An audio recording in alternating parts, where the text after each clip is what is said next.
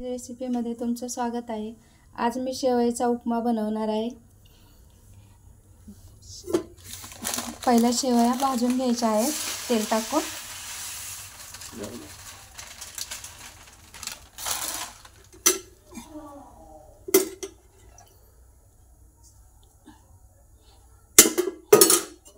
थोडंसं तेल टाकायचं आहे आणि शेवया लाल होईपर्यंत भाजून घ्यायच्या आहेत। हे बघा, शेवया छान भाजून झालेल्या आहेत। ते आता आपण दुसऱ्या भांड्यात काढून घेणार आहोत।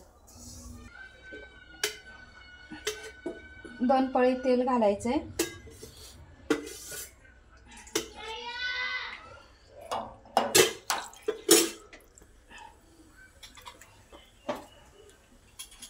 तेल तापलं की आपण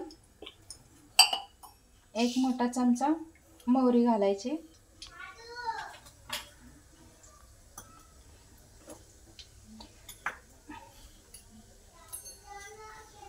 मोहरी भाजली की मग जिरं घालायचं आहे।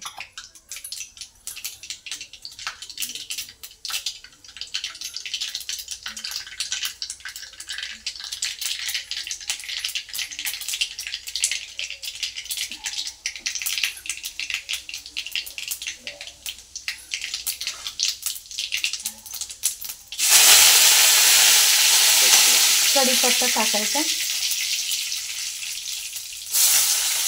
आता कांदा छान लाल होईपर्यंत भाजून घ्यायचा। मिरच्या उभ्या चिरून घेतलेल्या आहेत, त्या पण आपण कांद्याबरोबरच टाकायच्या। 3 ते 4 मिरची घेतलेली आहे।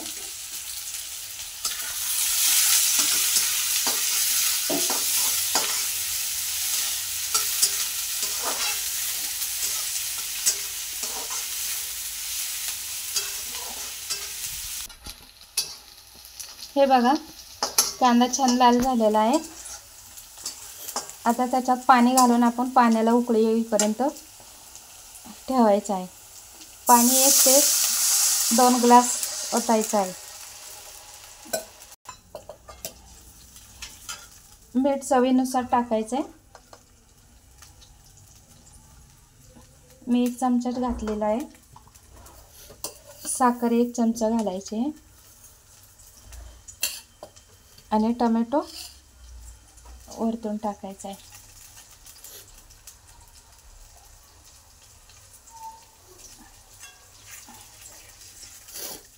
आता या पाण्याला छान उकळी येऊपर्यंत आपण ठेवायचं आहे।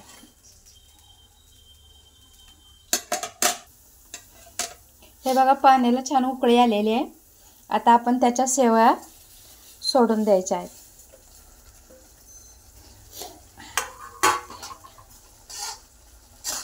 सर्व असं हलवून घ्यायचं आहे आणि बारीक गॅस करून 2 ते 3 मिनिटं आपण ठेवणार आहे, त्याच्यावर झाकण ठेवून।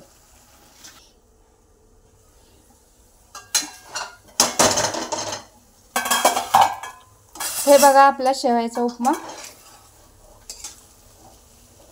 झालेला आहे। आता त्याच्यावरती थोडीशी कोथिंबीर अशी पेरायची।